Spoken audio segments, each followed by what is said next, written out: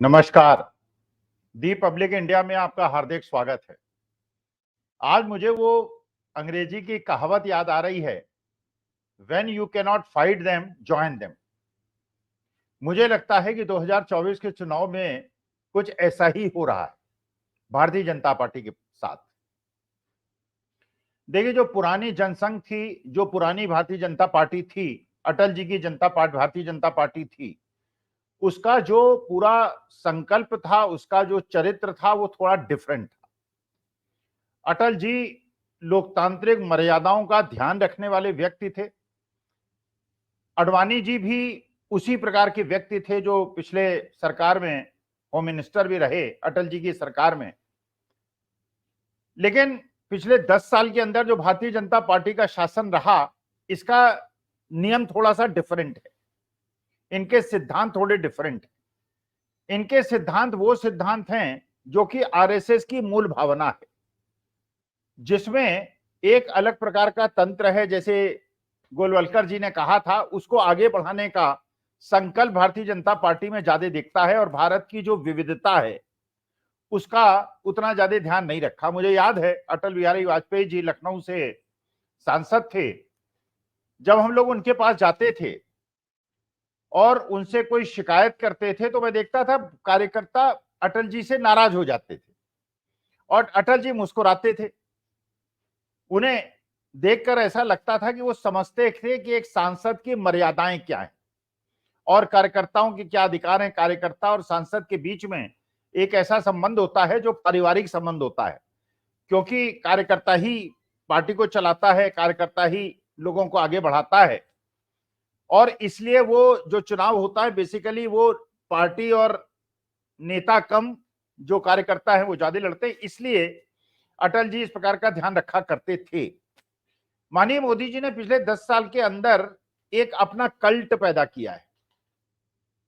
उसमें भारतीय जनता पार्टी भी पीछे छूट गई है, उसमें राष्ट्रीय स्वयंसेवक संघ भी पीछे छूट गया है। अगर आज के तारीख में माना जाए कि लड़ाई है तो माननीय मोदी जी की है और इंडिया गठबंधन की है।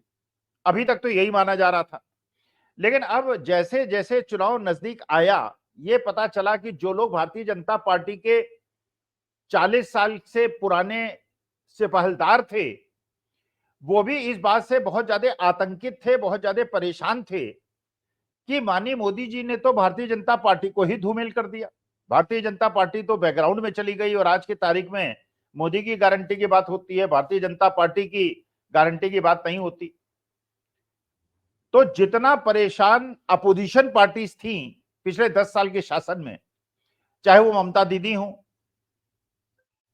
चाहे वो डीके शिव कुमार हो, चाहे वो उद्धव ठाकरे हो, चाहे वो पंजाब में अकाली दल हो, चाहे बिहार में जनता दल यूनाइटेड हो,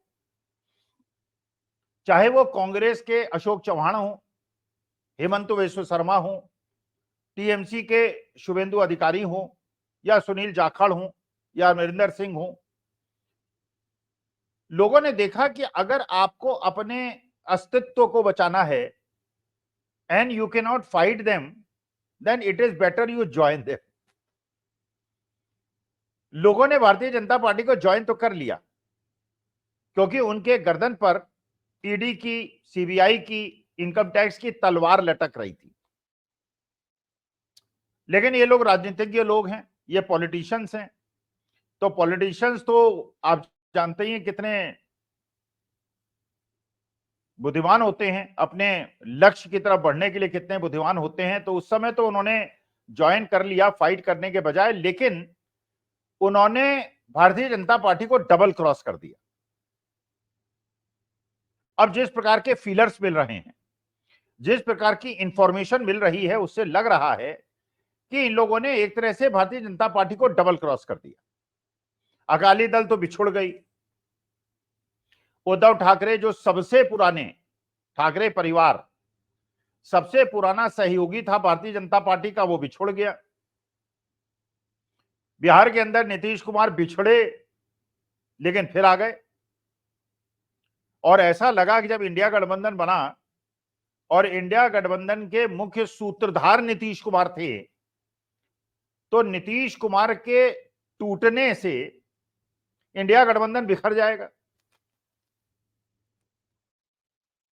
और शुरू शुरू में ऐसा लगा कि बिल्कुल वोटों का बंटवारा होगा। नीतीश कुमार उसी प्रकार से अति पिछड़ों को अपने साथ कैरी करने का सामर्थ्य रखते हैं। मुसलमानों के वोटों में डिवीजन होगा और उसका फायदा भारतीय जनता पार्टी को मिलेगा और आरजेडी और कम्युनिस्ट और कांग्रेस बिहार में पिछड़ जाएंगे। इसी प्रकार से महाराष्ट्र के अंदर एकनाथ शिंदे को तोड़ा गया, अजीत पवार को तोड़ा गया। लेकिन अब जैसे जैसे चुनाव नजदीक आ रहा है और लोगों की भाव भंगिमाएं दिखाई पड़ रही हैं, यह पता चल रहा है कि नीतीश कुमार ने, अजीत पवार ने और एकनाथ शिंदे ने बीजेपी के साथ डबल क्रॉस कर दिया है। अब इसको समझने का प्रयास कीजिए।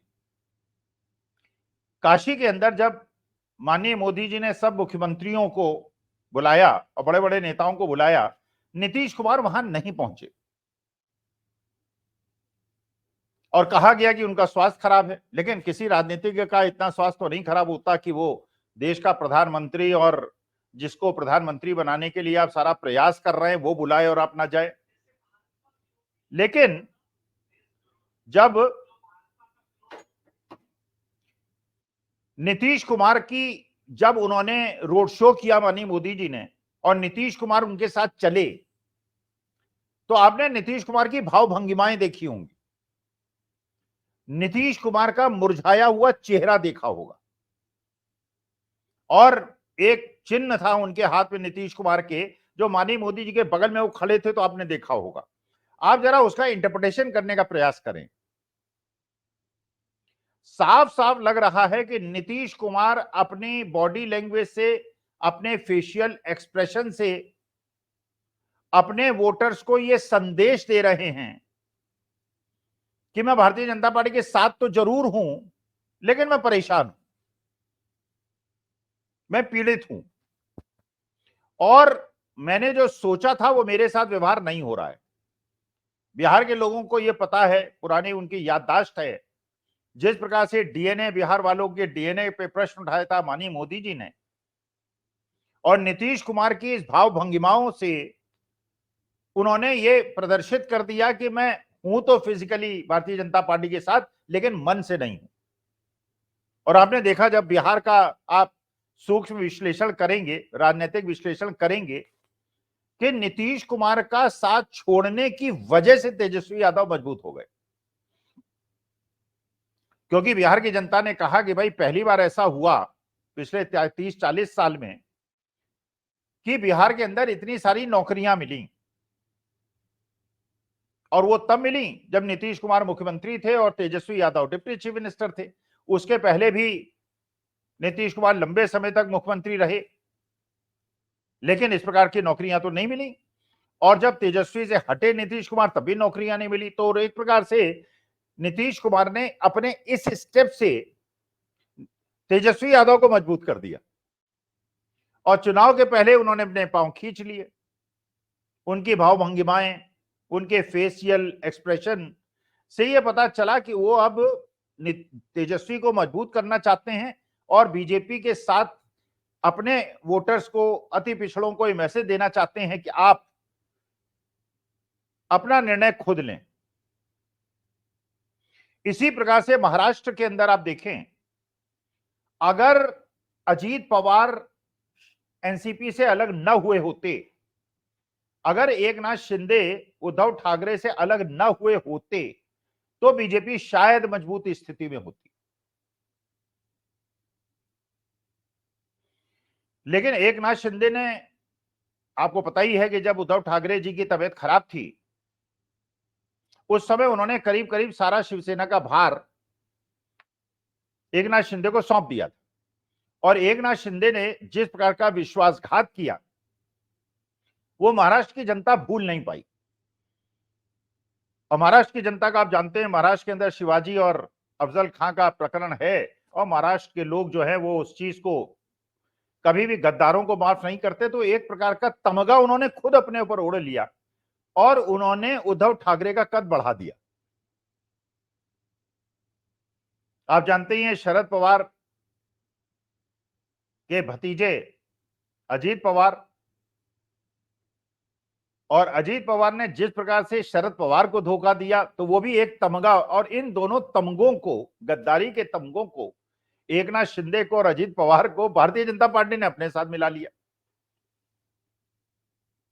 अगर ये लोग ना आए होते तो जो एक हिंदुत्व का फेस था महाराष्ट्र के अंदर, वो बीजेपी पूरी तरह रिप्रेजेंट करती, और शिवसेना अगर एनसीपी कांग्रेस के साथ जाती तो जो जिस प्रकार का प्रोपेगेंडा बीजेपी का होता है, हिंदुत्व और बनाम हिंदुत्व के विपक्ष वाले लोग, वो होता, और बीजेपी को पोलराइजेशन का शायद फायदा होता।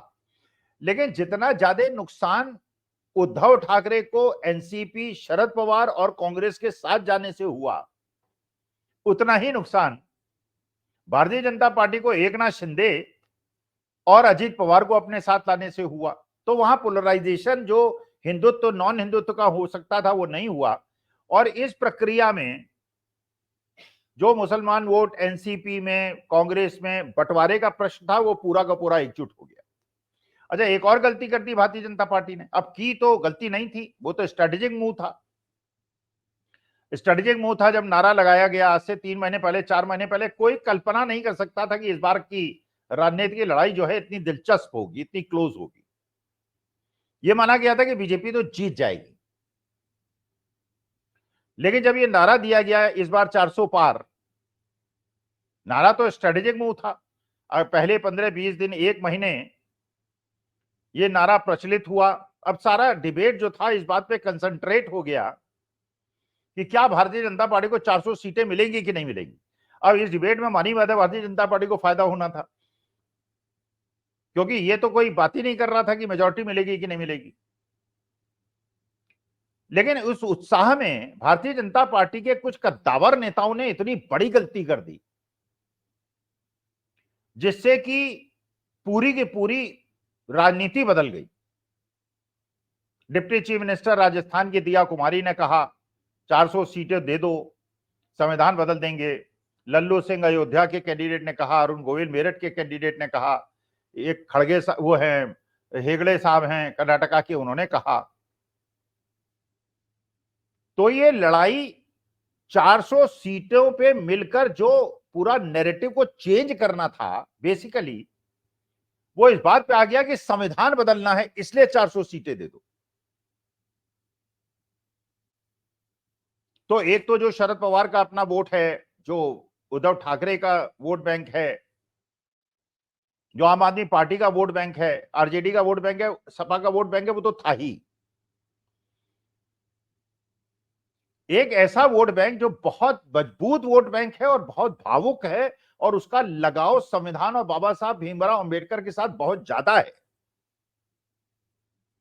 उसको आपने अनजाने में छेड़ दिया। और ये 20-25% वोट है। इस 20-25% वोट का 17-18% मुसलमान वोट के साथ होना, और शरद पवार का और समाजवादी पार्टी का और आरजेडी का, आम आदमी पार्टी का, कांग्रेस का वोट से सम्मिलित हो जाना, इसको 60% तक वोट को ले जाता है हर जगह पर।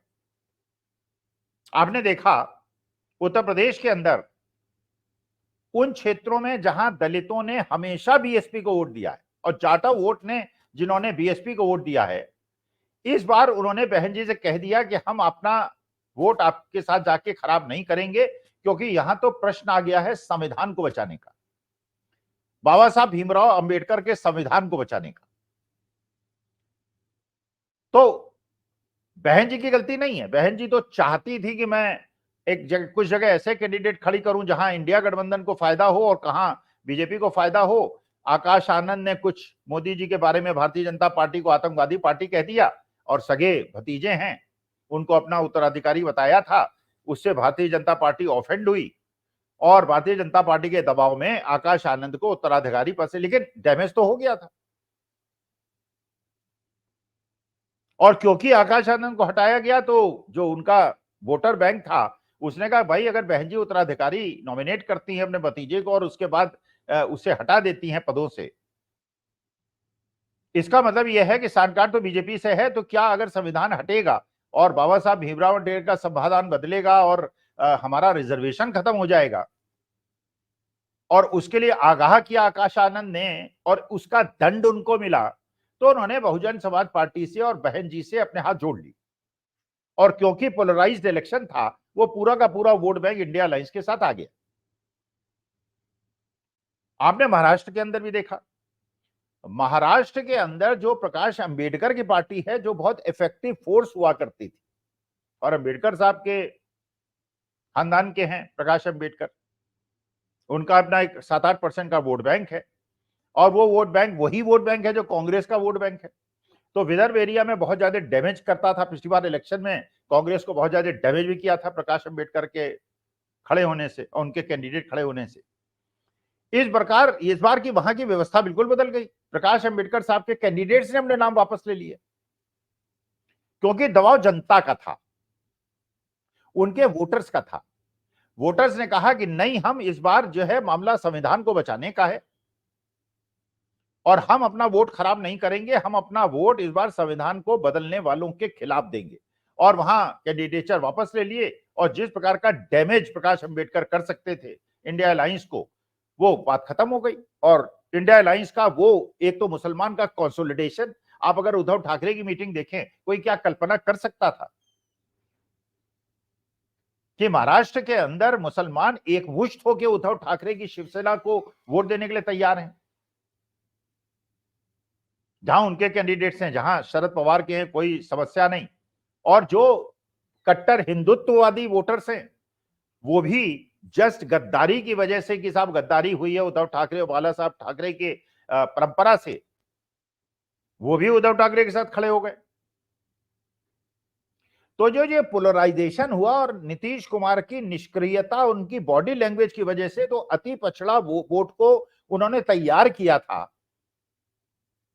वो भी इंडिया अलायंस की तरफ मुड़ने लगा। तो केवल सवर्ण वोट बैंक के आधार पे तो भारतीय जनता पार्टी ना नॉर्थ में जीत सकती है, ना महाराष्ट्र में जीत सकती है। अच्छा, सवर्ण वोट बैंक में भी बहुत बड़ा डैमेज कर दिया। राजपूत समाज जो बहुत बड़ा समाज है, जो कि भारतीय जनता पार्टी के साथ 40-50 साल से लगातार खड़ा रहा, जो गुजरात के अंदर हुआ, जो एक पाटीदार नेता ने, जो कि राजकोट के कैंडिडेट हैं, जिस प्रकार से राजपूतों की शान में गुस्ताखी की और उसकी कोई भरपाई नहीं हुई, ये सोचा गया कि पाटीदार 17% है और राजपूत 10% है, उसके लिए जो एक मजबूत समाज आपके पीछे खड़ा था, उसने भारतीय जनता पार्टी का न केवल विरोध किया बल्कि चुनाव में बहुत सक्रिय योगदान दिया। तो अब अच्छा, अजीत पवार की पार्टी, एकनाथ शिंदे की party, TDP, Janata Dal United, ये सारी वो पार्टियां हैं जो अपने चुनाव चिन्ह पे इलेक्शन लड़ रही हैं। चुनाव के बाद अगर बीजेपी को 273 सीटें अपने बल पे नहीं मिलती हैं, बल्कि करीब समझिए 280 नहीं मिलती हैं, क्योंकि बहुत सारे ऐसे लोग हैं जो वसुंधरा राजे हैं, जो नितिन गडकरी हैं, जो कर्नाटका में भी बहुत सारे ऐसे नेता हैं जो कि एक तंत्र से ऊपर से चलाई जाने वाली प्रवृत्ति से परेशान हैं, वो लोग भी ताड़ खाए बैठे हुए हैं। तो रिजाइन ही कर देंगे तो मेजोरिटी माइनॉरिटी में बदल जाएगी। और जो अलग चुनाव चिन्ह में इलेक्शन लड़ रहे हैं, उन पे तो एंटी डिफेक्शन लॉ लगता ही नहीं है। तो एक बहुत बड़ी समस्या क्रिएट कर ली भारतीय जनता पार्टी ने कि कांग्रेस के और विपक्षी दलों के नेताओं को अपने अंदर लेकर, उनको राज्यसभा भेजकर, उनको कैंडिडेचर देकर भारतीय जनता पार्टी के सक्रिय कार्यकर्ताओं को तो निष्क्रिय कर ही दिया। और ये नहीं समझा उस समय कि ये वही कहावत सिद्ध हो रही है जिसमें if you can fight them join them वाली सिद्धांत पे ये सारे लोग भारतीय जनता पार्टी के सहयोगी बने या भारतीय जनता पार्टी में गए और आज एक प्रकार से निष्क्रिय हैं। आपने रोहन गुप्ता को नहीं देखा होगा, जब ज्वाइन किया था तब 2-3 दिन देखा होगा। राधिका खेड़ा को नहीं देखा होगा, आपने गौरव वल्लभ को नहीं देखा होगा। शुरू शुरू में दिखाई पड़ेंगे, उसके बाद कांग्रेस में या पोजीशन में रहते, या सुनील जाखड़ साहब आज कहाँ हैं, अमरिंदर सिंह जी कहाँ हैं, गुलाम नबी आजाद कहाँ हैं। तो बेसिकली या तो लोगों ने डबल क्रॉस करके कोई अंडर हैंड डीलिंग करके इंडिया अलायंस से बीजेपी को अंदर जाके डैमेज किया है, या वो बिल्कुल लुप्त प्राय हो गए।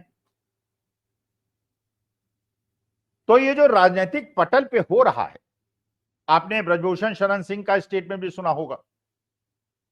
ब्रजभूषण शरण सिंह कह रहे हैं कि जो योगी जी की ये बुलडोजर पॉलिसी है, मैं इसका विरोध करता हूं। और मुसलमान तो हमारे परिवार के सदस्य हैं। पूरी की पूरी जो फिलॉसफी है बीजेपी के, उसके अगेंस्ट। इसका माने जो योगी जी के बीच में, ब्रजभूषण शरण सिंह के बीच में, राजा भैया के बीच में, धनंजय सिंह के बीच में, जो वहां के कद्दावर राजपूत नेता हैं, उनके बीच में भी युद्ध चल रहा है। धनंजय सिंह कह रहे हैं बीजेपी का सपोर्ट करेंगे, लेकिन करेंगे कितना वो तो मुझे नहीं पता, या उनके समुदाय के, समाज के लोग उनकी बात कितनी मानेंगे, क्योंकि इस समय बात तो पूरी अपने गौरव की हो गई है। राजा भैया ने भी अलग स्टैंड ले लिया है, ब्रजभूषण शरण सिंह ने भी अलग स्टैंड ले लिया है, और ये समाज उस एरिया में बहुत ज्यादा स्ट्रांग है, सबको पता है। तो क्या जो लोग विरोध खुल के नहीं कर रहे हैं, वो अंदर अंदर भीतर घात करके भारतीय जनता पार्टी को इस हद तक पहुंचाना चाहते हैं नुकसान, कि माननीय मोदी जी प्रधानमंत्री ना बने, और अगर बीजेपी की सरकार किसी तरह से बन भी जाए तो ऐसा व्यक्ति बने जो सबको समेट के चल सके, जो कि राजस्थान में, झारखंड में, छत्तीसगढ़ में, मध्य प्रदेश में इस प्रकार से 30-30, 40-40 पुराने तपे तपाओं नेताओं को मुख्यमंत्री पद से हटाकर पहली बार विधायक बने व्यक्ति को मुख्यमंत्री बना दें, जिनको कोई जानता ही ना हो और लोकसभा चुनाव में कोई प्रचार प्रसार वो न कर पाता हो। तो यहां पे मेरे को लगता है जो चक्रव्यूह रचा था भारतीय जनता पार्टी ने और माननीय अमित शाह जी ने और माननीय मोदी जी ने, उस चक्र में शायद खुद फंस गए हैं। अब देखते हैं 4 जून को जब गणना होगी तो ये सारे परिदृश्य जो दिख रहे हैं, जो नहीं दिख रहे हैं, जो अंदर से हो रहे हैं, इसका क्या परिणाम होता है, कौन जीतता है कौन हारता है, 4 जून को देखेंगे। देश में लोकतंत्र संविधान बचेगा कि नहीं बचेगा देखेंगे, जीवन हमारा कैसे होगा वो देखेंगे, और तब 5 जून को दोबारा आपसे डिस्कशन करेंगे। नमस्कार, प्रणाम और धन्यवाद।